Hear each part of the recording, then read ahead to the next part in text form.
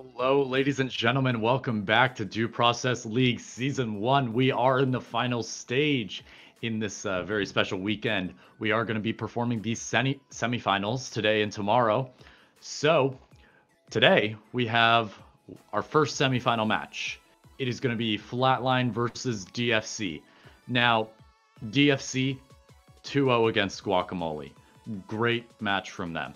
We also saw Flatline 2-0 LCG last weekend, which was another really good match.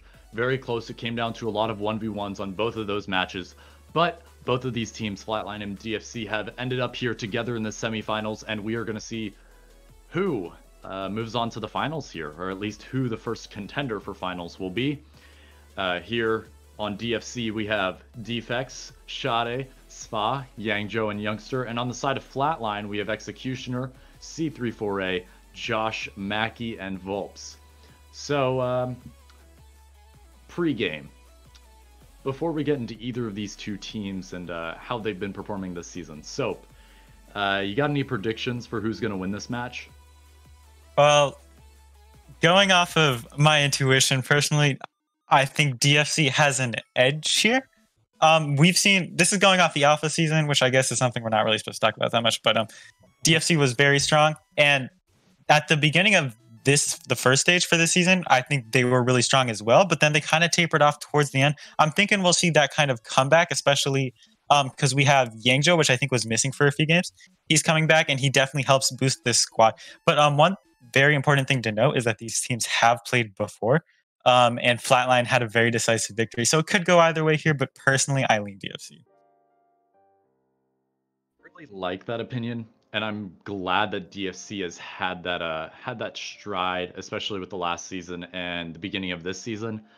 But in terms of just general consistency, I have to go with Flatline. Of course, Yangzhou is going to be a huge factor here.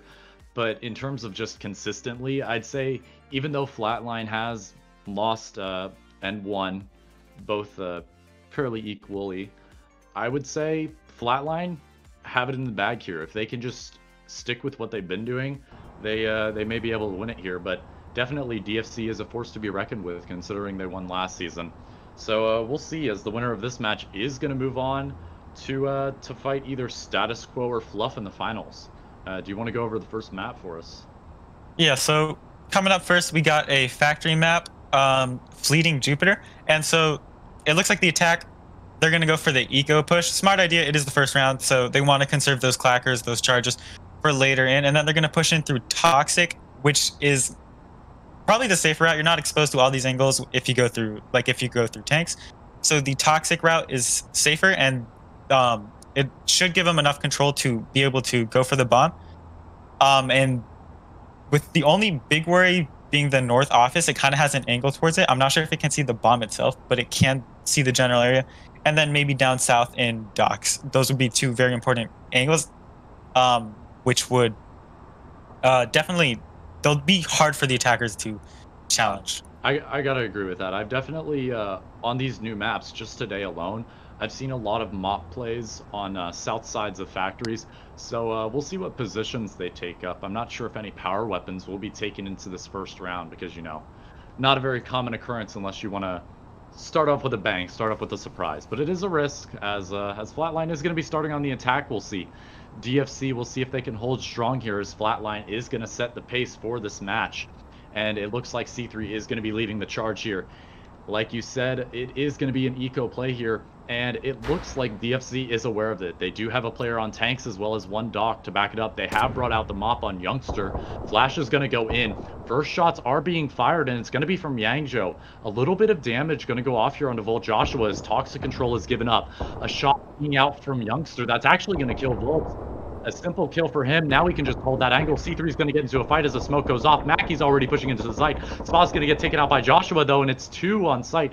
Yangzhou does get the trade, though, and it's 3 players on the right side of the map. The pressure is on now as Shade gets shut down by Executioner. Executioner pushing in for Yangzhou, but Yangzhou finally getting the trade. It's going to be a 2v1 on C3A, and AK ringing out from Defex. Yangzhou getting into a fight on the south side with Volt Joshua. It is going to be an AP versus Allegros. Yangzhou is low here, and it's going to be C3 to take him out with that Saber. Now it's just down to Defex, a Molotov, and an AK. It's going to be Volt Joshua to shut down the first round. Full health, and C3 Excuse me, C3 still on full health with Vol Joshua barely scraping that one out alive, but it is going to be the first round for Flatline of this series. Yeah, so like I said, we saw that green door push, and they actually did have a little bit of presence into tanks, just kind of to apply that extra pressure and to make sure that it wasn't a very one-dimensional push. And so I saw the saber come out and kind of push that into tanks with that saber because it can challenge those long angles that I was talking about earlier. Yeah, And the saber and the mop both came out that round, so that's going to be a yeah. huge loss for defenders. No utility used up on the attacker side, though, which will be very key for the next 2 rounds and should definitely give them an advantage. Yeah. So only 1 or 2 flashes going off in that round. It was just a 2-man push onto site as the rest pressured that large open area, as the defender weapons aren't really suited that much for range unless you have something like an Igmar or something such as a mop. So we'll see what they can do. As first round of the series, Flatline. They've set the pace. 2 players able to retrieve utility as well as pick up those weapons. I did see an Igmar as well as the saber kept. So we'll see if those will be useful on this kill house or if we'll go into C-store. So it does look like kill house though. So we'll see what this looks like. All right. Yeah, kill house map coming out here next. I've never actually seen this pillbox. I don't know. I could just a lot be of stupid. new I've never pillboxes seen with it. this new update. But, so don't worry. Yeah. This pillbox is definitely interesting, and it could be kind of a power position for defenders as it lets them see into, if I'm not mistaken, it does let them see into the kitchen and office and the surrounding rooms, right? All right, cool. So that could be a power position that lets them keep control of the bomb without having to be in this kind of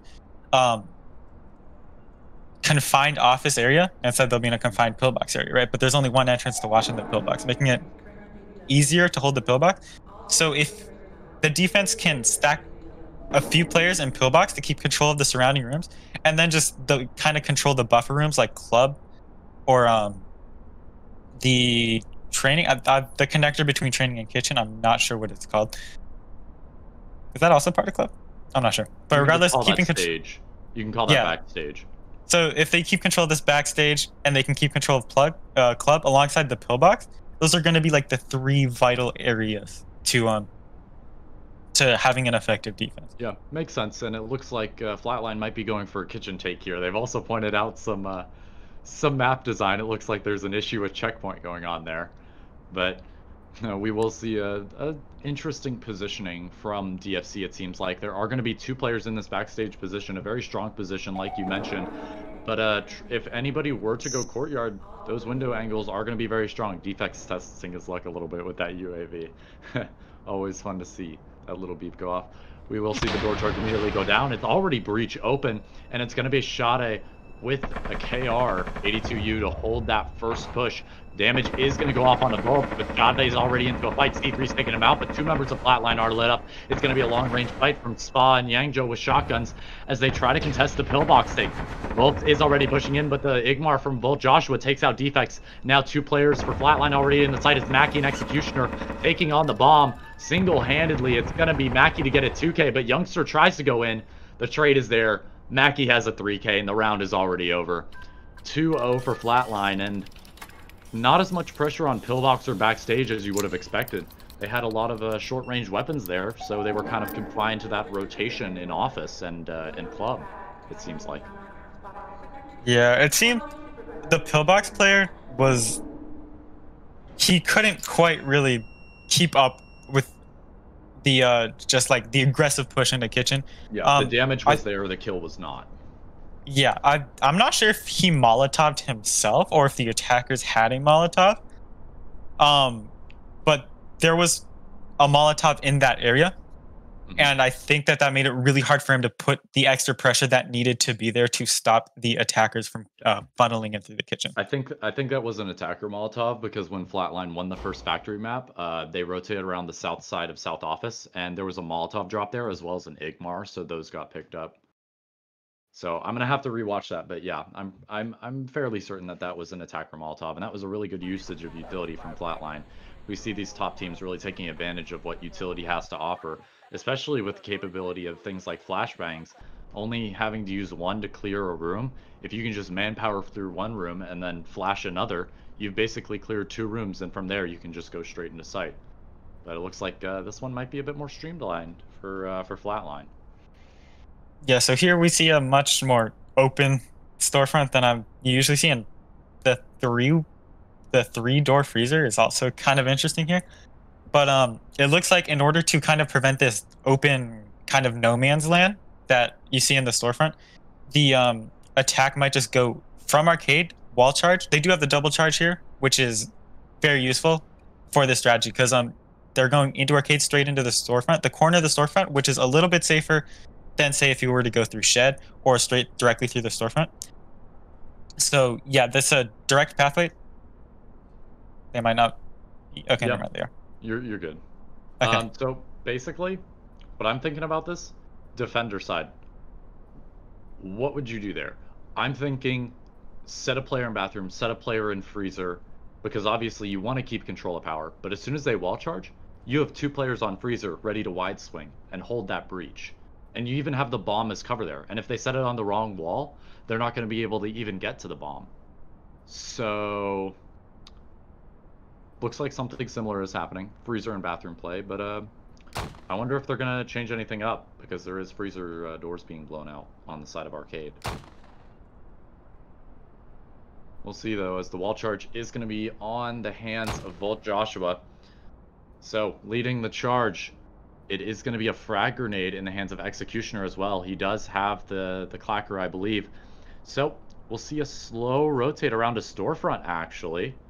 It looks like they had a change of plans and they want to door charge that wide open arcade as well as pressure simultaneously storefront. And it looks like Spa might actually get caught out here. If he gets caught during a rotate, he might be killed. But Yangzhou, he does have the auto shotty. We'll see Volt Joshua with the Igmar once again. Clacker is going to be in hand. The breach is going to go out arcade. The shuffle is there. 3 players on the barbed wire as the breach goes off. Yangzhou's going to have to hold it.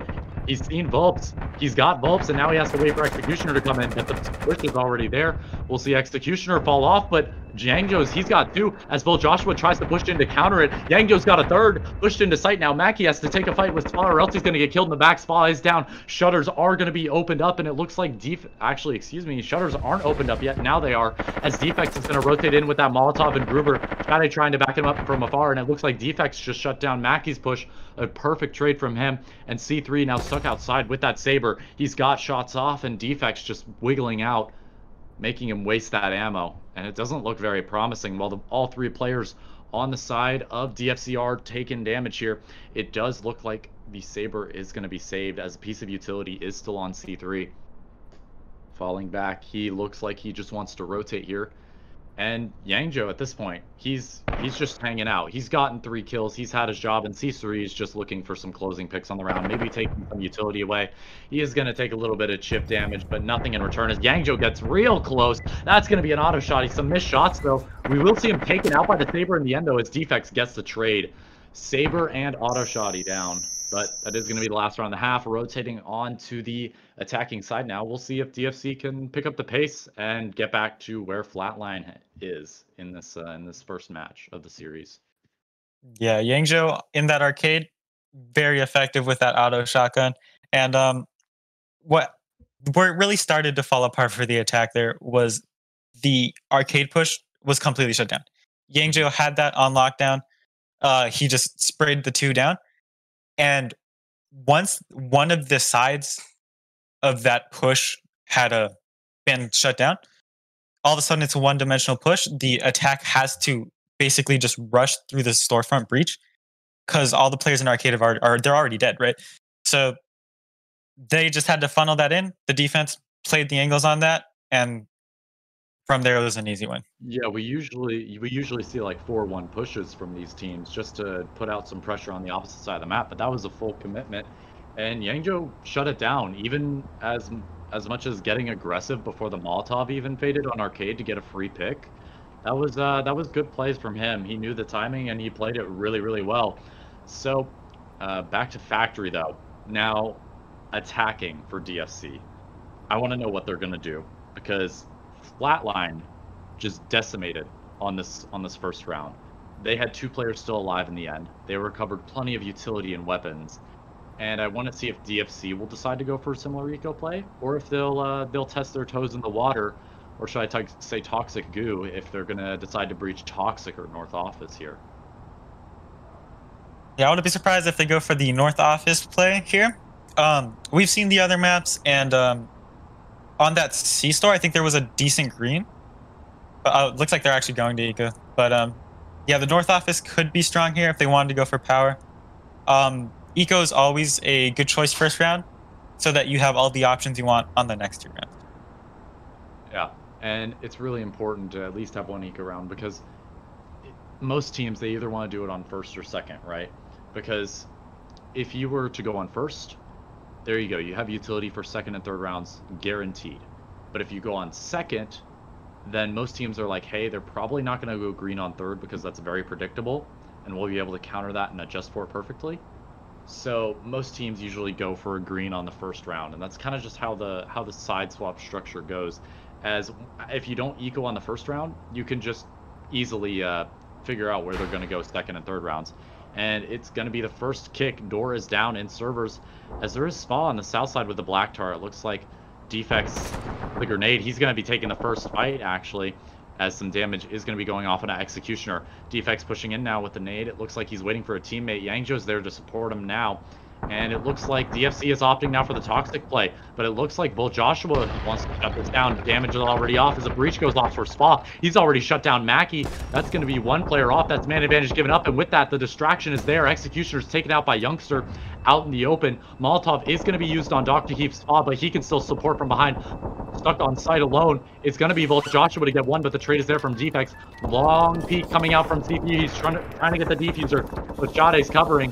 And it looks like Spa getting the kill from outside. Clean round from DFC, doing even better that round than what Flatline did on their first.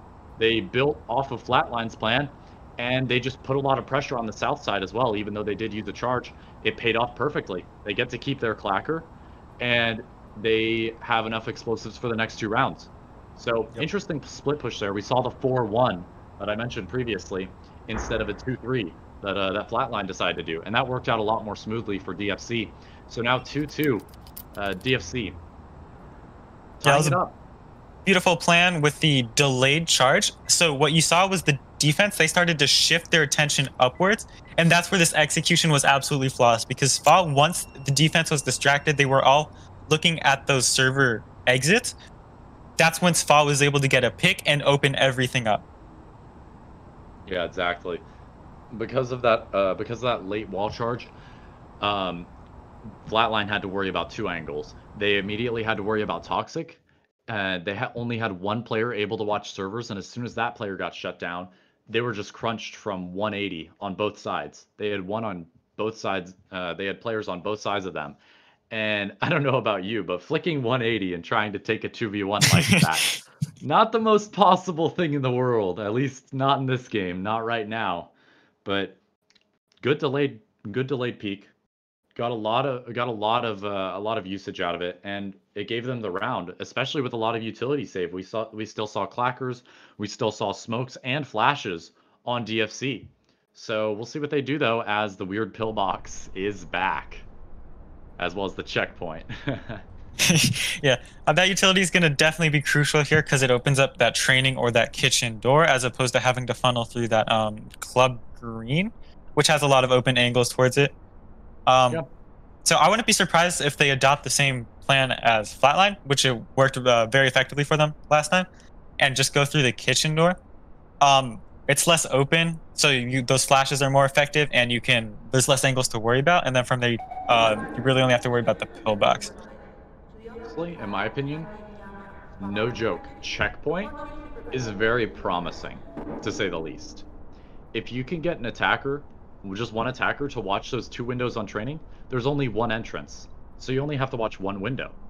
So 1 attacker to watch checkpoint, and then all you have to worry about from there is 2 angles. Smoke one of them off, say pillbox, or nade one of them off, like pillbox, and from there you can either beeline it to site with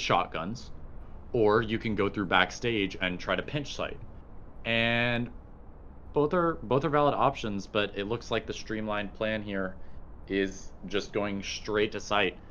And it looks like Flatline isn't expecting this. They want to have backstage presence that DFC didn't have, but they also are expecting a straight kitchen play. There is going to be one player from Flatline putting barbed wire down in club, which is going to be important. There's going to be Executioner watching it with a KR82U. It's going to be a Molotov on him as well, so we might see this push shut down in an instant. But Flatline, they're ready for a kitchen push. Notice how the NAC and the KR82 have rotated off. The kick is going to be there, and it looks like DFC, they just wanted to clear out that other checkpoint room. The UAV did go off, but actually a door charge going off to clear out that barbed wire. Smart usage from the side of DFC. We are going to see a damage go off. It's going to be 2 players on DFC tagged up, with 3 on the side of Flatline taking a little bit of damage. It's going to be Spa to get taken out, or excuse me, Executioner taken out by Spa as Yangjo gets another. That's going to be 1 dead on site, and Pillbox not to worry about, but Volps, he's lurking in the corner. Spa's got to clear him out here. Volp goes for the wide peak, but Spa's there to shut it down. 2K in the round. It looks like Sade's waiting for a teammate as Volt, Joshua, as well as Mackie are stuck in this site. A Knack and a Gruber playing close range. It's going to be a 2v5. All these players on the side of DFC are low. We'll see what they can get off, but 2 players in Pillbox. It's going to be an accidental TK from Defects, but in the end, Defects shutting down Volt Joshua. 3 players on the side of DFC. They're definitely using their utility perfectly here. They shut down that barbed wire with a door charge in an unexpected location. And from that, they just steamrolled around, and having more players alive, you get to save more utility. Great plays from DFC, I'd say. Yeah, that door charge was very creative. I never would have thought of that myself. Yeah, and, they probably meant to use that on Kitchen, but they were like, oh no, they're expecting us to do the same thing, because we basically did the same thing last round. And then they just booked it through checkpoint. Like, how crazy do you have to be to do that? It was a good effort from the defense to try to shift their attention down south, and in fact, they had a decent crossfire almost going on that door from Volps and the office and Pillbox, but it looked like they couldn't compete at that range against attacker weapons. And so if they could get, like, when they got the pick onto, I think it was Pillbox was the first pick? Yeah. Or yeah. It was. So once they got off to that, it relieved a lot of pressure, and then they could just get through the door, no barbs, so very little contention. And Executioner was in that Pillbox. He had a KR82U as well as a Molotov. I feel like what was done there, he tried to go for the multi-kill. KR82, deadly. One of the best attacker weapons, in my opinion. But you can't just swap target to target like that. You need to back off after you get a pick, or back off after you get some damage, and use that Molotov to split the team in half, stall the push. And then from there, him and Volps could have cleaned up the people in front of the Molotov, while the people in office could have just waited for the remnants of DFC. So that early pick was crucial for DFC winning that round, and now they're in the lead. And I want to see if they go for power here, actually, or if they just go for something similar to Flatline's idea. We did see variations on what Flatline has done, and a perfect counterplay for what Flatline did last round. So we'll find out. So if I'm not mistaken, they have 1 wall charge left, correct? Mm-hmm. Now I'm more curious to see if they think it's more effective to use this on the storefront, or if they'd rather save it for an interior wall. And I think, honestly, the interior wall would be maybe more useful. Actually, I'm not sure if there's a great place to wall charge in general. It depends on the situation. Obviously, some teams, you're not required to use the wall charge. So sometimes teams will just be like, hey, let's use it on a door in a confined area. So like, say somebody's holding close arcade. If you blow arcade red door with a wall charge, free kill instead of a door charge, because they're not expecting a wall charge to go down there. If you wall charge shed and somebody's holding in the close H shape in the bottom left, boom, free kill there. You don't have to use it in a confined way. Just because it's named something doesn't mean you have to use it in a specific way. We've seen knack bursts and taps from across the map. We've seen wall charges to open up red doors. We've seen barbed wire picked up on attack and used to cut off rotates. It's not about what the utility is traditionally used for. It's about how you can incorporate it into the plan properly if you want to use it. And it looks like a lot of teams have been doing that recently, and that's good for them as Executioner getting a little bit greedy. The shotgun shot goes off, but it's not going to contact with Defect's chest plate as C3 is going to be close with the auto shot. He's well as a player, and Nade's going to go off. He's going to peek out as Youngster gets into a fight. A smoke is going to clear off Arcade as well. Joshua has to rotate up to watch it. Shadi and Yangzhou now into the site. They have to worry about 2 shotguns. It's going to be the hands of Mackie and C3 as C3 rotates up. Bolt is going to rotate in for the kill on Shadi. That's going to be the case as Defects gets 1. Executioner with another on spawn. It's just two attackers, Defects and Youngster, stuck in bathroom. Being pinched now as Bolt takes out 1, and it's going to be 2 for him, shutting down the round. Youngster and Defects taken out. Round swap now happening. We'll see if this is a mirror image of what we saw before, or if Flatline can close it out in their attacker side here. Yeah, it looked like the attack really struggled to get out of that office. They were kind of choked. They only had 2 paths to go, and they were locked down by the defense. You know. Yeah, they didn't commit to the shed there. They marked shed, and they just didn't commit to it. They brought the wall charge in, and just nothing happened. I feel maybe if they had changed their plan mid round, because like sometimes you gotta adapt to what's happening. Maybe if they had placed the wall charge down to go straight into storefront, they would have gotten a kill onto Mackie or C3 as he was rotating, and that would have been an easy mid round reset, and then they could have worked from there. But sometimes you just get too clouded up in the moment and you're like, oh, hey, we have a kill. Let's try to take advantage of that. And then you start dropping like flies. And that's just, sometimes that's how it goes. It's sometimes your push falls apart like that if you can't make those fast mid-round calls like that. Yeah, well, back onto the factory map. And honestly, I wouldn't be surprised if we see more of the servers push here. Since it's a double green, it's more effective than when you have to funnel through a single green, since it gives you easier control of the green room. So yeah, like I said, I wouldn't be surprised if we see more of that servers push. But at the same time, yeah. Actually, keynote. So most of Toxic is wall bangable, correct? Because they have those tarps instead of actual walls there. Kind of a safety concern, but that's not my issue. Now, a lot of teams on factories, we've seen them wall charge into the site. What if a team was to either push servers or push Toxic red door, and they were to wall charge tanks? Because there's usually a player there. You automatically get cover from office, you automatically get a pinch on site, and from there you can just hold the site. But that is a lot of utility to use on the first round. That's the only cost of it. So, fair play possibly? I'm not so sure. But looks like that the attackers are going to be sticking to a similar plan to what DFC did. Maybe some sort of toxic take as well as a late round charge on that 06 dock you see on the bottom right there. Interesting kind of cubby in the bottom right there. If somebody were to play there, that'd be a really spot that you'd have to stick to, because if you go there, you might get a free pick, but then you're going to have to be aware of it. Charge is going to go down. Defects and Yangzhou might get caught off guard here, but the timing isn't there. Charge is off. Shots are coming out from C3. It's going to be a saver on him. A power weapon is on Youngster. It's going to be a mop. There are tags going out as Mackie pushes into the south office. That's going to be 1. Can Django get the trade? It's not going to happen as Mackie has 2, but Shad does have bulbs. The trade is there from C3 onto Shad, though, as Youngster is below with the mop. He's going to be caught out here by Mackie if he drops down, as he is the last one left. The shot rings out, but it's not enough. 15 health on Mackie. And 4 players still alive. Enough to recover plenty of utility, enough to cover a mop. I mean, Flatline, good round. They did exactly what DFC did, except with a lot more pressure. Did anyone actually go servers that round, or was it nobody went servers? Okay, they used a smoke so 2 players could push into site, and basically from there they were in the same positions as a server push.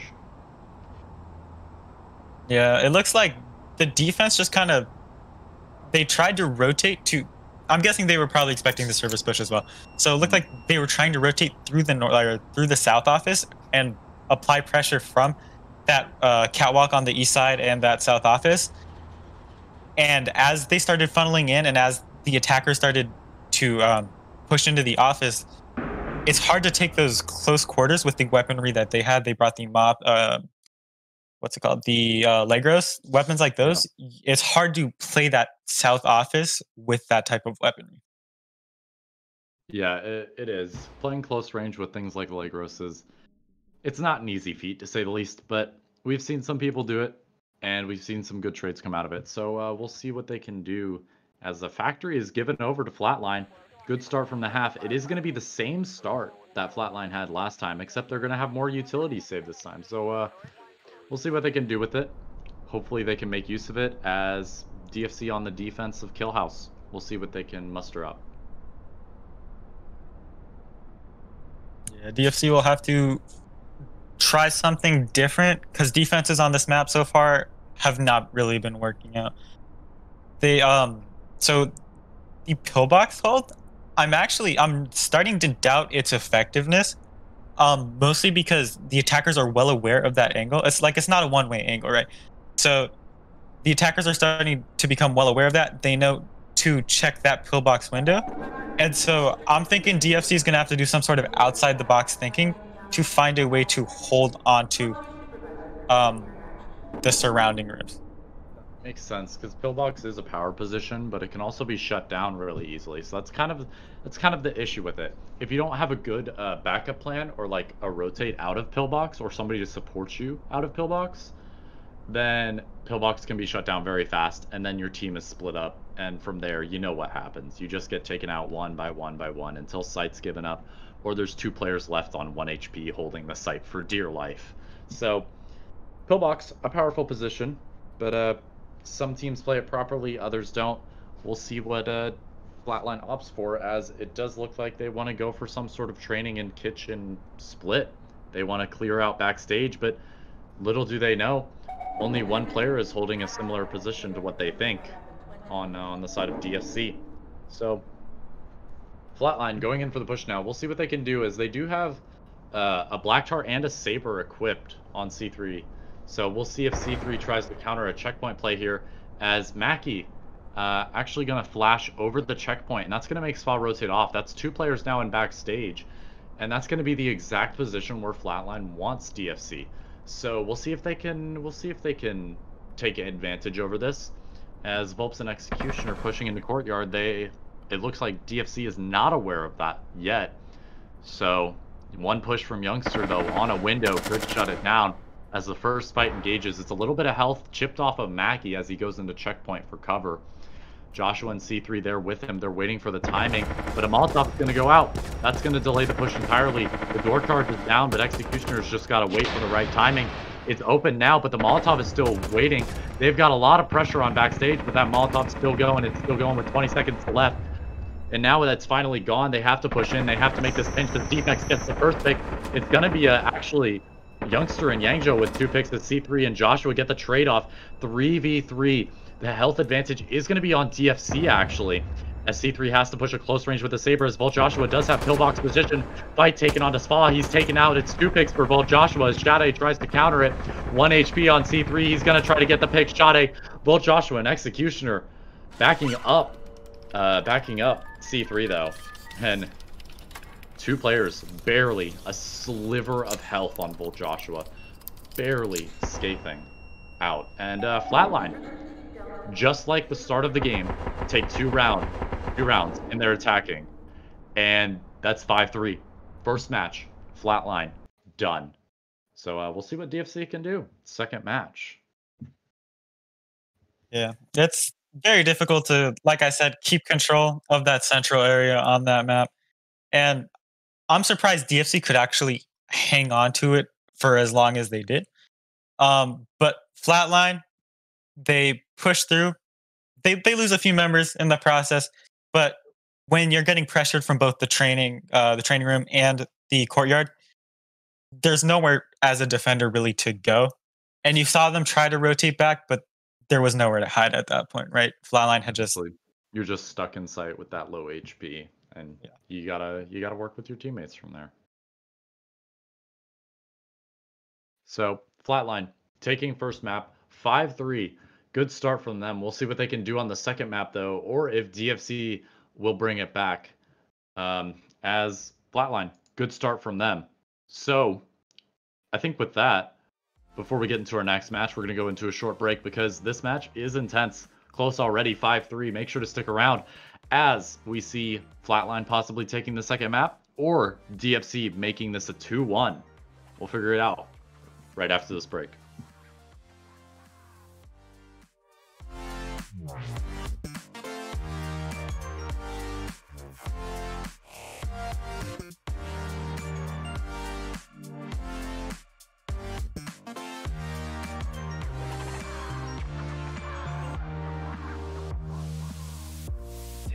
Up above the clouds, shelter me under your wing, and it's more simple than you thought, and reflects your company.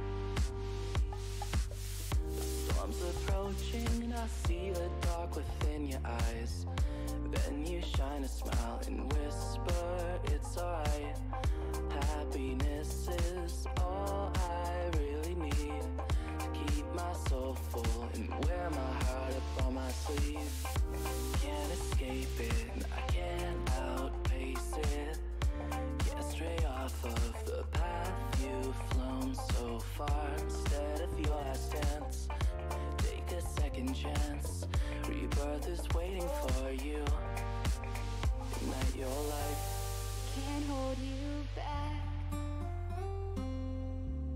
from destiny. It's your time now. Set yourself free. Can't hold you back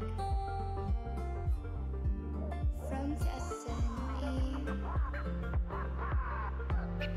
It's your time now.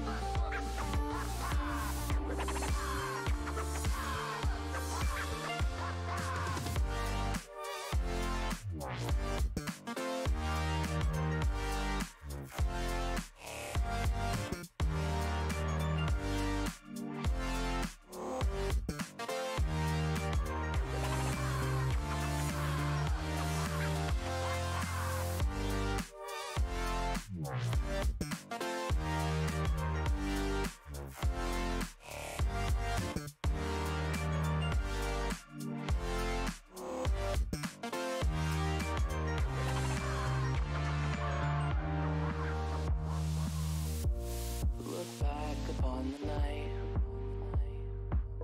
It's always dark before the dawn. So simple, now you see.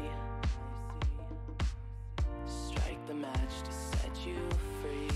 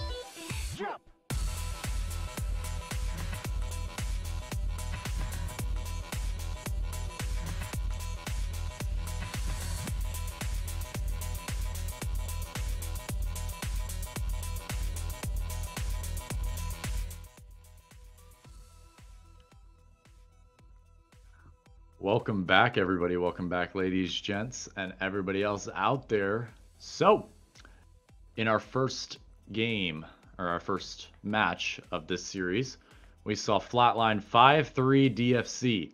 But a good effort was made from DFC. Some very good attack rounds on both sides. It seemed it was very much determined by the attacker side, as some of those maps, golly, the pressure was on, especially with some split pushes and some very intense gunfights. We will be going straight into the second match, though. It is Flatline versus DFC. This is match 2 of the series. Will Flatline take it home here, or will DFC push it to the third map? We'll find out. I am Addax, of course, you know me, but I'm here with Soap. He's helping me out. So, any predictions for second map? Ooh. Honestly, it's all up in the air right now. We saw 2 great efforts from both teams, and all I can tell you is it's going to be a banger of a game. Hell yeah, I'd have to agree. So, but Flatline did take home the first one, so the pressure is on to DFC. We'll figure it out as we're going into our first map already, it seems, and it's going to be a C store. So, we'll see what variations of plans come into play here as Flatline starting out on the attack. So, Soap, if you don't mind, go right ahead and review this map for us. All right, so in general C-store fashion, we got the open storefront with the shutters down south. And one thing to note is this kind of sectioned off freezer with that line of freezer doors. So there's no real rotation in and out for the defense, but for the offense, it's a pretty easy entry into the building, and it gives you a lot of sight into that storefront. So it could definitely be interesting. But on the other hand, if the attack leaves that freezer uncontested, they don't open up that red door, then all of a sudden that becomes more of a power position for the defense, as they can see onto the bomb site and they can keep map control over the storefront from that freezer door. So that freezer definitely going to be very important to this, and I'm curious to see whether the attack is going to try to clear that out, or if they're just going to go maybe eco, or maybe through storefront even. I mean, it looks like DFC is opting for some pretty interesting barbed wires, to say the least, as it looks like they want to hold hardcore onto arcade and office, because power is located in office. We'll see what they can do. Office does have fallen tables and a little bit of cover, but arcade just seeming like a better position in this case. We'll find out, though, as the attackers Flatline, no plan at all. They've marked freezer. They've marked the shots that are going off, but who knows who could be playing in here at this point, as Shade is actually going to be on an Igmar playing long range with it. So we'll see if he can make use of that, as it is going to be a storage take. C3 blasting open that storage door immediately. It's going to be a perfect opening. Yangzhou actually going to open the shutters for a moment just to test it, but a breach is going to go off. It's a bathroom storage split. There's going to be 2 players pushing onto this freezer side, but they're going to realize it's empty. Storage is empty. They've all got to go through bathroom. It's a funnel now, and Defects is just waiting for the peek. Youngster trying to get some wall bangs through the door. Defects caught into a bad position. Damage is going to go off as T3 pushes up with the shotgun. That's the first pick of this second match, as Youngster with the knack spraying away. He's going to try to get Volks, but the flash is in on him. Volks is pushed in. He's got 2. It's Shade down as well. Both Joshua there to back him up as Yangzhou is taken out. It's just down to Spa. He's got a bad position, and both Joshua and Volks both with 2 in the round. Perfect. 5 players still alive for the side of Flatline. Clean push, perfectly executed with only 1 explosive used in the round. Yeah, great entry there from Flatline, and there was a bit of a mishap here in my opinion on the defensive part, because they were pushed up kind of too far. They were all cluttered into the storefront. No use of that freezer power position I was talking about. I can see why they didn't want to pressure bathroom or office directly, but if you're not going to pressure those rooms like at all, you want to force them into the arcade door and the bathroom door. Those 2 doors are the only way onto the site, right? So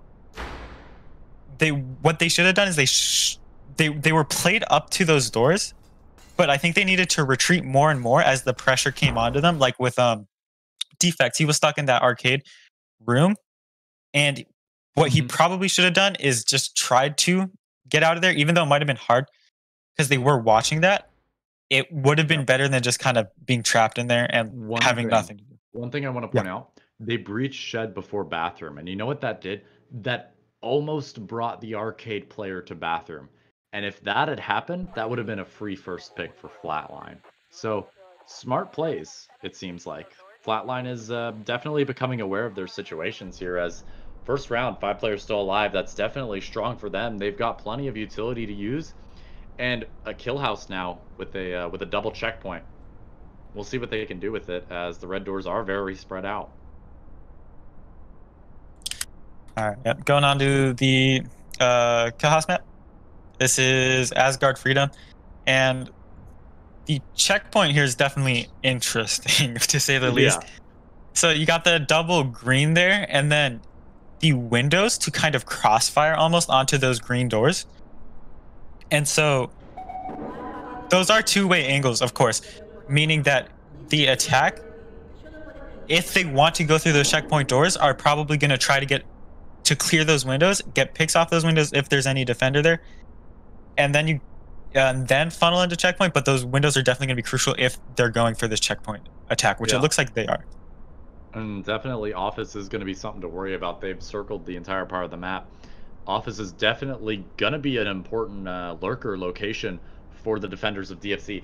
If they set one person in there and it's not cleared out by Flatline, even though they're aware of it, that could be devastating to a split push. Or even if they're just caught in the back line and one player gets caught out, that's all the information given up, and that's one player down. And that's exactly what DFC is doing. They're just hiding one player in Office. Not even going to bother. Just going to hide in Office and wait for information. And that's exactly what DFC should be doing in this situation. And it's perfect from them, because if it's risky, yes, it is always risky to have that one lurker, but so much information is given up. Spa, he just heard that smoke go off. He knows they're hitting checkpoint. The information is all for his teammate, and now Defex and Yangzhou can just hold stage, and they're ready for this. The youngster, he's already marked the wall charge. He's got the mop ready for it. He's going to take a risky shot. He's actually going to hit it because he has the information, and it's already 2 players tagged up for Flatline. Full health on all players for DFC, as C3 and Volk are going to push in towards Yangzhou. Spa is going to go on the flank with Yangzhou and Youngster getting the first picks. C3 finally has a trade, but Mackey's already in sight with another. A trade finally coming out from Defex on the Mackey. Spa with another. He's on the flank. He's got all the information as Defex gets a team kill, but it doesn't matter. He's got the last on C3. Extremely good information, and Flatline's going to be thinking, how the hell did Spa get behind us? We circled it on the map. We circled it on the map. What are we thinking? They're going to be having to reform, or else DFC is going to take this second map. They're going to push it to a third. I find it interesting that they circled the Office. They were well aware of it, and then once the execution came out, it's like they completely forgot it. Like, if I'm not mistaken, they didn't really clear it out, like, at all. And it was just like, it was a one-dimensional push through that wall charge breach that they opened up. A few tried to go up north, but it's not that different. It's still basically it on a map that there were too many positions to clear. So when they got into the site or got into checkpoint, they just got crunched. And that shut down the round at that point. So 1-1, DFC not letting Flatline get 2 attacking rounds off the start, unlike last time on our first game. But interesting factory map now. Bomb out in the open. Just going to point that out. But any key features you're noticing here, Soap? Yeah, so the fan here is, from what I can see, it's a very safe entry. It's got any sort of long angles that a defender could contest are blocked off. Like, you got that shelving piece in the middle, and then that slight cover from the box, dead, like right below the fan. So it's very easy to enter from without having to worry about too many angles. And if I'm not mistaken, Flatline does still have a clacker. So yes, they do. Yeah, and another interesting thing here is that if you pinched from the fan and from the Office, I don't think they have enough utility for this, actually. You know, something I would have loved to see here, if Flatline hadn't used the wall charge there, note the window on Toxic. If you were to wall charge right in front of the bridge, you have such an open line of sight. And if you just play back Toxic, you've got 2 lines of sight.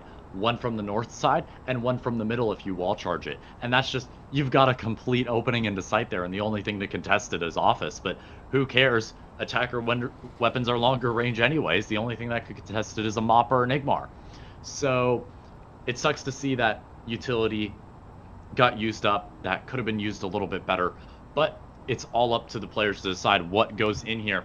As the door charge, the last one, is going to be placed on Fan. A fateful decision that will decide how this half goes. We are going to hear two players go into Toxic, and it looks like Youngster might be aware of it. He's holding hard on that angle. Some shots go off the Mac, blowing out the window. But Youngster, he's just sticking to it. He's got a shot off, but it's not going to contact. Smoke's going out. It's looking like they're going to go for the highway here. A Molotov's going to go out, but it's not high enough as Defects actually pushes up a little bit. He's trying to cover as Yangzhou actually gets the first pick onto the Fan. The smoke isn't high enough to cover it. Wolves with the trade onto Defects, though, as it's going to be two players in Toxic trying to contest. A Shade gets a kill with that auto shot. It's Bolt Joshua forced out into the open at the site. If he puts pressure on the bomb now, it could be huge. As Volt gets one onto Youngster, that's Youngster finally shut down as Spa gets the trade onto Volt Joshua out in the open. It's Volps and C3 stuck far away. Health advantage is on the attackers here for Flatline, but we'll see three defenders. Man advantage is on the side of DFC. A pick gonna come out now at 3v1, but it's still possible. Volps with an AP-25, two headshots from that gun, and all of the defenders are dead. We'll see what he can do, but Clacker on him. He has no utility. All he can do is clack away shots on their heads. He's actually going to opt for a Molotov, picking that up from Defect's dead body. He's going to drop that out. Actually perfect, cutting the defending team in half. If he decides to go for Shad here, it's good for him. But Yangzhou and Spa, both with long-range weapons, they both have players that, left. If power goes out, gonna take some damage onto Yangzhou as he takes a fight. Shade on the flank. He's gonna go in. Volps is aware, but it's not gonna be enough. As Volps only good for 3 that round, though, as his team just got shut down. Good attempt for a clutch from there, from him. But DFC 2-1 now opting to take defender rounds instead of attacker ones. It seems like round swap now happening. Yeah, we're definitely seeing much more interesting maps this time around, ones that don't favor the attack as much. And I enjoyed seeing Flatline's push there, because instead of doing what I was talking about earlier, the office and the fan pinch, they did a toxic and or they tried to do a toxic and a fan pinch, right? So they had this, I think it was 1, maybe 2 people go down into toxic and apply that pressure so that the defenders would be distracted. Exactly. And then a delayed charge from the fan. But they couldn't really apply that fan pressure as much as was needed into the late game. And that was because the smoke. If they had smoke, the smoke was perfect. That got a player out of position on the side of DFC, which got them a free pick. Yes, but at what cost? As soon as the initial burst dies down, players are peeking over that smoke and getting free picks, and then it's flatline down on man numbers. You can't do much after that. You've got man disadvantage. You may be on the high ground, but your utility isn't doing anything for you. What are you supposed to do? Just peek a raw corner from across the map? Like, it's a rough situation there if you can't keep the momentum going after the initial push.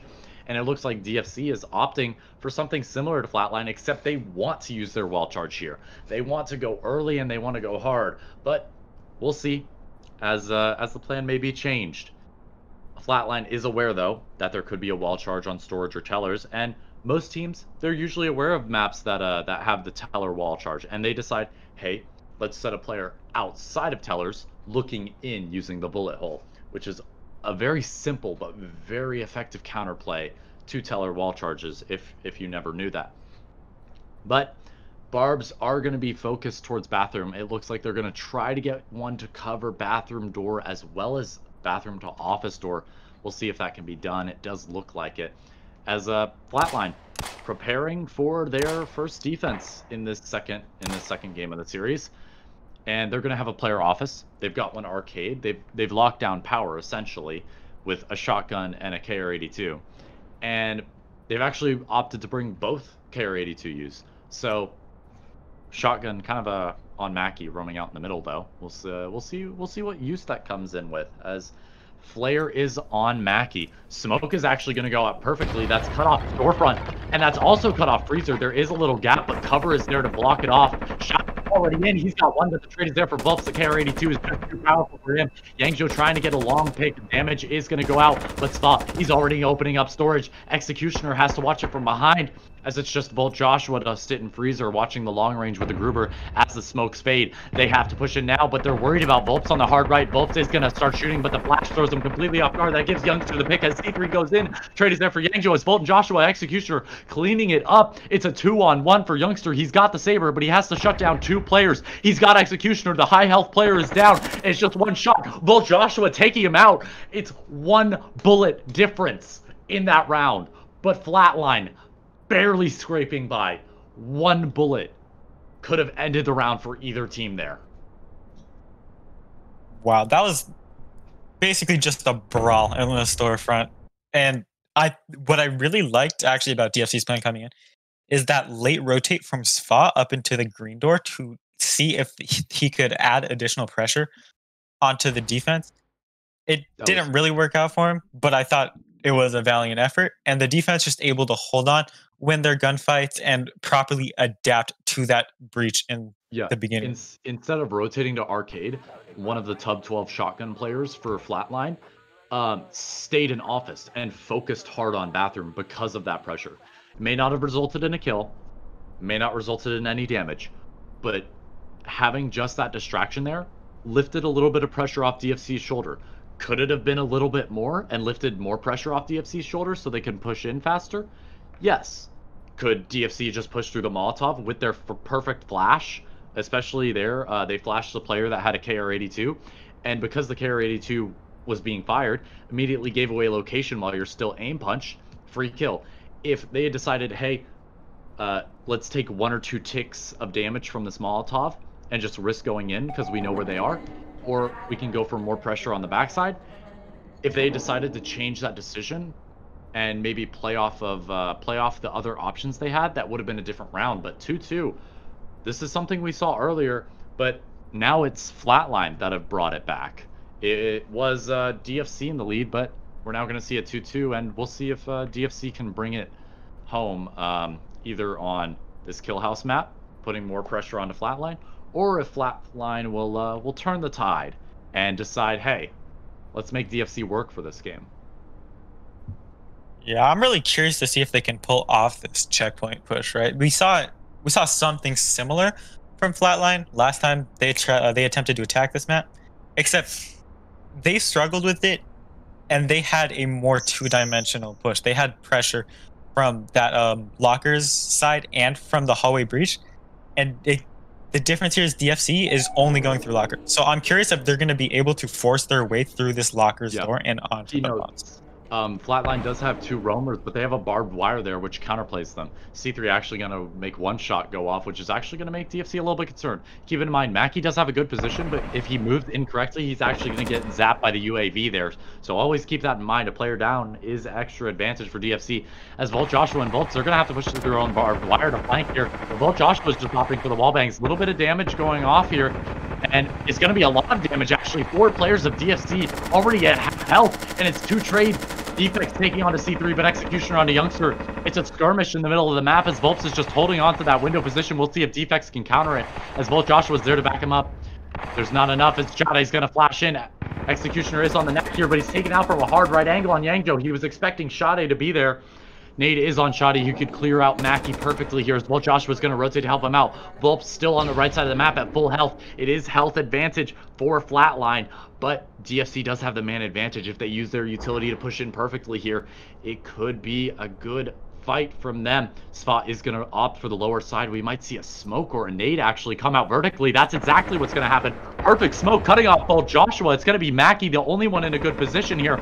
Joshua's going to have to peek the smoke, but Defects is aware of it. Yangjo's already taken out Mackie, and Defects is taken out Joshua. Now just down to Volps. He's on that Tub 12 shotgun, but full health. He can blast it from a mile away here, and all 3 players will be dead. The bomb pressure is down. Defects is aware of it. He's going to try to pop a nade, but Volps is already there. He's got the pressure down. Bomb is coming up, but Volps, he's got 2. 1 health on Yangjo. It's going to be 1 bullet to the side, and Volps with a 3K, cleaning up the round on a flank with a Tub 12. Nasty plays from him on club. What a play. Well, once again, office not cleared out. That's just, I feel like at this point, attackers got to realize that office is going to be housing some sort of roamer, someone lurking around so that they can get the late game flank. And the utility usage was actually really, or I guess you could call smoke grenades utility. I think that was a really good smoke grenade. That was perfect. Yeah, the way that they forced their way through lockers was impressive. And then at the end, Volps with an amazing play coming in through lockers. DFC not really aware. And I think this was a bit of a misplay from DFC to not get off the bomb at that point. I'm going to just say now, if nobody clips that, I'm going to be mad because Volps with a tub 12 on a flank. When do you see that? Never. When have you seen a shotgun clutch that is not an auto shotty? When have you seen a round shut down that is not an auto shotgun? Close to never. And for him to do that, like I said, like Flatline wanted to do, they just flipped the tide on DFC. DFC is under the water now. They're struggling to get air now as the pressure already from the first map is getting to them. And now they're down on rounds, another layer of pressure on top of them. And now they're concerned because we've only done this factory map twice, once on attack, once on defense. Flatline's gonna refresh their ideas. They're gonna change up how they did it to make sure we don't win this round. How are we gonna counter this? And DFC, they need to break through that pressure. And if they can break through that pressure, Flatline's momentum is going to be shut down here because Flatline has started stacking up rounds, it seems, and DFC, they have to stop that. It started rolling for Flatline. The ball has started rolling, and if DFC can't stop that inertia, we're obviously just going to see a steamroll from here on out. We're going to see 2 rounds just immediately go the way of Flatline. But these maps are seeming a lot more attacker-sided, so hopefully DFC will be able to shut down a defender play here. We'll figure it out, though, as there is going to be an opt for this, it seems, office breach as well as toxic side. We are going to see a Lagros as well as an Igmar, as well as a Saber, actually, and a Mop. The breach actually going to go off. A shot going to ring out. It is going to be connecting onto Shade. An issue. That is going to be an issue later into the round, but Spot's already breached. He's got an interesting angle, but C3 with the Saber shut down immediately. A Molotov is wasted, though. Precious utility, almost nothing left for the defenders as the fight's going to go out. C3's got another Youngster finally getting the trade, but it's going to be 2 full health players and 1 low on the side of DFC. Youngster taking out C3, but a trade is there. Another trade, Yangzhou onto Volt Joshua, but Volps is there to trade him out. It's just down to Youngster on that Black Tar, and it's going to be Mackie with 1 bullet. 1 headshot from that Mop to clean up the round. Utility saved, and it looks like Flatline match point already. Yeah, it looks like the momentum has just completely shifted. The mentality for DFC must be all-time low. Vibes, all-time low right now. So, coming off losing a 3v1, it's hard. And honestly, you could see it. Sfa had... So they had the double breach. They had the breach down in docks. And Sfa had that surprise element. And yet, he got domed immediately. Yeah. Like, they're just... It looks like they're play there. The Saber play there was just immensely powerful, to say the least. So, we'll see what happens here. As DFC, now in somewhat of a ditch, they're on the defense. And all of these maps have been very heavily attacker-sided so far. And they're going to have to pull out something as great as a Tub 12 3K clutch to bring it back, we might see. Or if they can just set up a solid defense here, be aware of what Flatline's options are, we might see a different result. As for DFC, if you're in DFC's situation, what do? You got to think here. You got to think, hey, I'm Flatline, I'm 4-2. That's the first step. What do? Oh, let's do a storage bathroom split. Oh, not a good idea because we can just funnel into office and arcade. So they're not going to offer that. Oh, what about a simultaneous storefront and shed breach? Huh, that actually has good options for Flatline. So then DFC thinks, okay, the thing that they're most likely going to go for is shed and storefront. But it looks like in this case, DFC has said they're probably going to go for the same storage bathroom play in their minds. So that sort of mind game has tricked them up there. And from there, they just have to think, okay, let's have this main plan, but let's also have these mid-round calls that we see all these other teams doing, just in case something else happens. Because a lot of mid-round calls can determine a game. If you're just in chaos, your team is in chaos, you can't get anything done mid-round. But if you're able to get your team's mentality all into one, get your team's mental focus into one part of the map, or get them all to listen to you mid-game calls, which honestly a lot of the times is just done by repeated or loud calls. Pressure can be reverted, and you can hold it even if it's not your main plan. Shots going out from both, though. He's actually going to get shot off, and it looks like Defects, he's got the first pick of the round, but damage is going to be on Shad. So we'll see if the shed position is kept on to, as Volt Joshua actually going to get the kill on Defects from that wall charge. 3 units away. It's going to be tough as Youngster stuck in a bad position. Volt Joshua actually going to pick it up with Mackie to back him up there.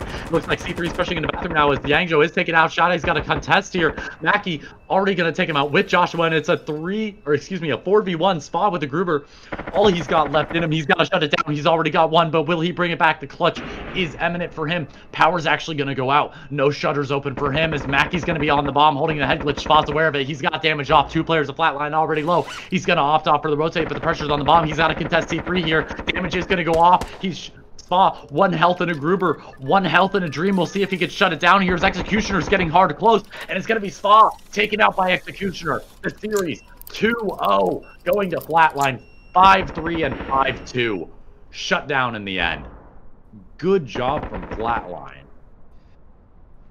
That was a really great game from Flatline, and by the end, DFC just did not look the same as they did at the beginning of the set. Yeah. That 3v1, completely demoralized.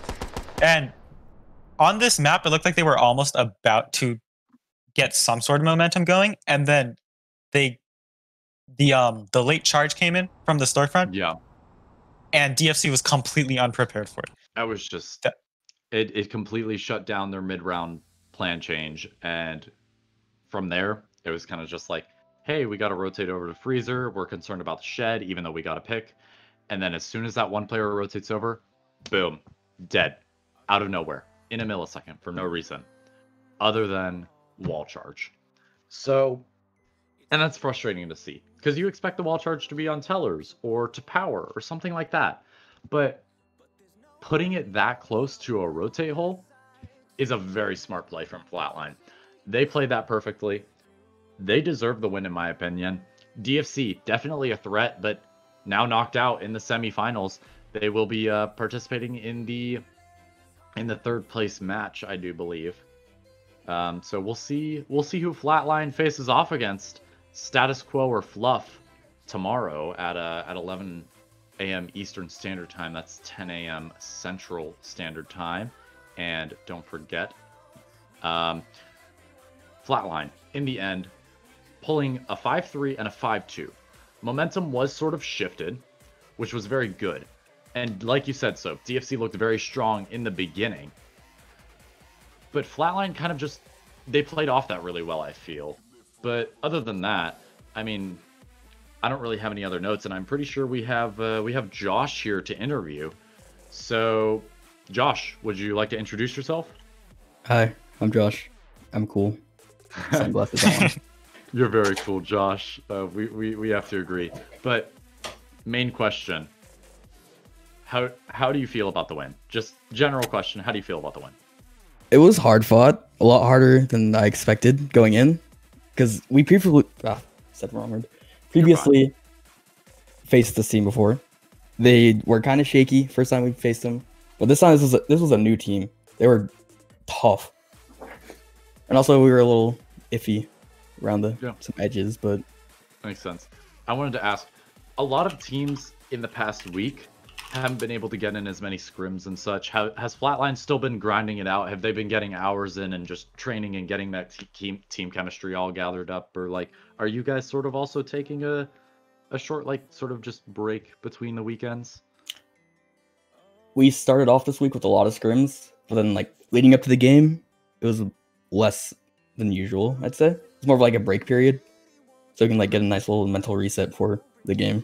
Makes sense. And other than that, I only have one more question. What was the reaction to that Tub 12 3K flank? What was the reaction of that? What were the comms like in that moment? There, no one mentioned anything about it. Nope. It was just silent. Yeah. I'm not surprised. Man deserves his silence for clutching that out. It was impressive. And if you have anything to say to your fans, you can go right ahead. Keep watching us. We should be a top team. But congratulations, Flatline has made it into the finals where you guys will either face Fluff or Status Quo. Are you concerned about either of those teams? No, I think when we're playing our best, we are stronger than both of those teams. It's just a matter of playing consistently at our best level. Yeah, we should be. And I'd have to agree with that. Flatline has been really consistent, even though you have dropped one this season. Flatline has been extremely consistent, and I'm ready to see what they do in the finals against either Status Quo or Fluff. We'll find out. But other than that, I just want to thank you for coming out. Congratulations on your win, and you are guaranteed a first or second place spot. And I mean, other than that, Soap, if you don't have any questions, we'll wrap it up here. All right, then. So you heard it here, folks. Flatline is going to be moving on to the finals. That was going to be a 5-3 and 5-2 against DFC. Flatline cleaning it up 2-0 in the series.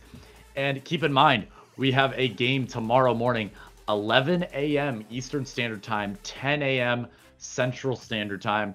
And we'll probably see some more games coming out for the third place. But keep in mind, this next one is going to be our second semifinal. We'll see if Status Quo or Fluff ends up against Flatline in the finals. And ladies and gentlemen, I'm not sure if I have anything else to say. Soap, if you have anything to say before we shoot off, you can go right ahead. Well, that's all. All right, you heard it here, folks.